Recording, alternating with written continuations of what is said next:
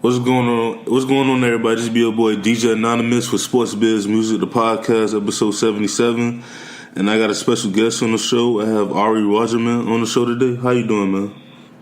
Hey, good, man. How are you? I'm good, man. How's the weather over there in Arizona? Well, actually, I'm based in Columbus, Ohio. Okay. And it's actually not snowing, and it's in the mid-60s today, so we're feeling pretty good about it. Yeah, because I've a few months ago I seen y'all was in that cold blast, wasn't y'all, right? Oh, yeah, I was pretty miserable. I grew up in Phoenix, so I'm not really used to it yet. Yeah, man. So, introduce yourself to the people before we get into these questions. I am a sports reporter who works for The Athletic, which is an emerging journalism company, subscription-based.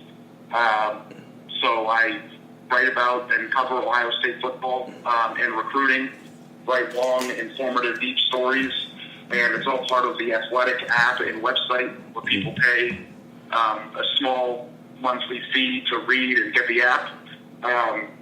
We've been doing journalism now for almost 10 years since I graduated college, and basically just follow the Ohio State football program around, build relationships with coaches and players, and try my best to inform the readers as much as I can about the happenings in Ohio State football and college football in general. So it's a pretty fun job, and I'm happy to be on. That's cool. So before we get into that, tell us about your beginnings. Like, what made you want to be a journalist? Well, it's kind of funny. So it just kind of happened. When I first got to college, I was a business major, and I remember sitting in some of the business classes thinking, everybody's a business major. There's nothing that I'm going to learn in these classes that, is going to help me. It's just a generic degree, and I've always loved sports like most kids do. And I just thought, well, I'm not good enough to play, so how do I get involved in this? And I guess, back then I could have gone into law and tried to be an agent, or maybe stuck with business and tried to become a salesman or do something in the sports industry. But I always felt that, if there was any place I could be, I'd want to be at a football game. I'd like to go. And what's a job that can get me into the arenas and into the stadiums and stuff. So I didn't really think it through that much. And then I all of a sudden switched my major from business to journalism. And then I started working at the student newspaper and kind of just found it by accident. But once I did, I fell in love with it and started to dedicate my life to being good at it. And, 10 years later, here I am. I still work hard every day and still need to improve, and I'm still relatively young, 31 years old. Still trying to kind of figure out the industry and, continue to progress in the industry. But, I get paid to go to football games, so there are worse lives than that, that's for sure. Yeah, and how is that, like being able to go to the football games and also following, the Ohio State, recruiting? How's that experience? It's interesting. I go to every single game, home and away. You're constantly talking to coaches, texting, DMing, and, trying to get information. You're trying to build relationships with people and kind of get to know them so you can properly tell their stories. And if anybody's been following Ohio State over the course of the past year or so, there's been a lot going on. With Urban Meyer's retirement and some of the scandal stuff. And, of course, the team's always very good. So, it's a good time. And I found that being a sports writer isn't necessarily only about going to football games. You got to, write about the things that occur all year round when there's only 13 or 15 games a year at most. You got to, explain roster building. You have to explain the personal lives of the people who are involved in it, because in Columbus, Ohio, it's, a very deep interest in everything that occurs with this team. A lot of people live and breathe and live and die by how good Ohio State football is, and there's a lot of people who want to pay to read. There's a lot of people who pay a lot of money to go watch these games. So, it's my job to best inform and bring context to people the best that I can, so that people have an understanding of what's going on in the sport and kind of just how the team is trending year-round, every year, no matter what. It never stops. Yeah, because, like you said, Ohio State, which, I grew up a UM fan, so I'll never forget that national championship. We should have won that national championship.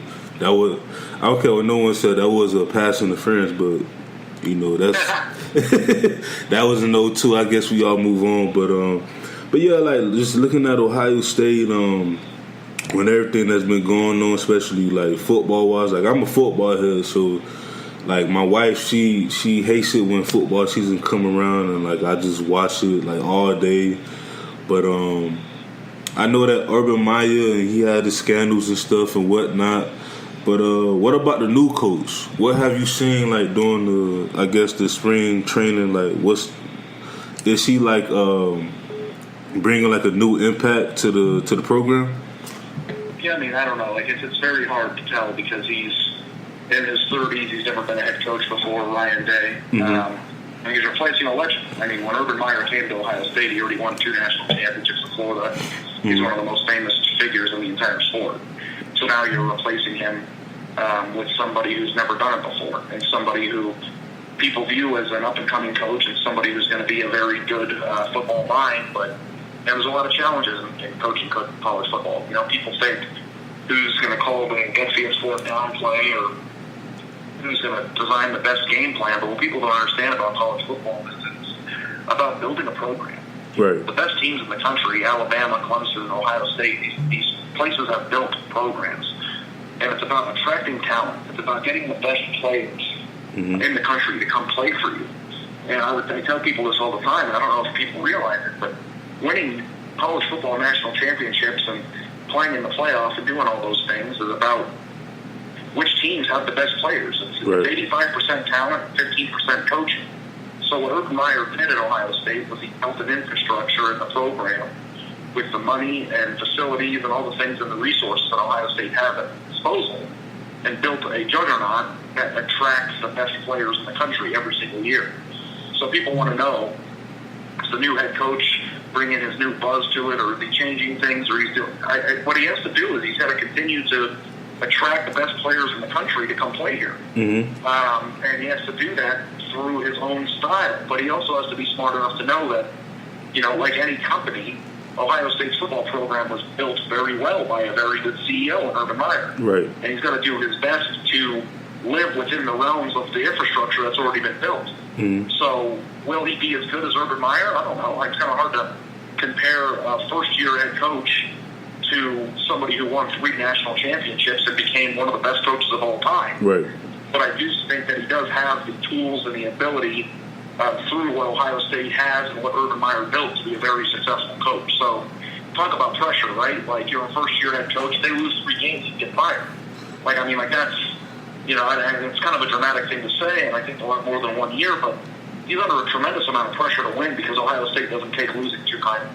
Yeah, I see that, like, with the fans, so, like, with me, like, going to a smaller school, FIU, and doing an internship as an equipment manager, and just seeing, like, the media, like, that come out there, and I'm like, imagine I'm at FIU, but imagine, like, the UMs and Ohio States, the Alabamas, the Floridas, the Oregons, the USCs, like, the bigger programs. Like, when I was interning, I was telling my boys, my homeboys, my brothers, that college football, you know, college sports in general, but really college football really bringing the money for the school. And I remember hearing the coach, he was like, you know, scheduling the schools and everything, and like either it's gonna be home and home or home and away or a neutral site. Like, a lot of people don't understand, like, you know, the ADs and these and the coaches, like,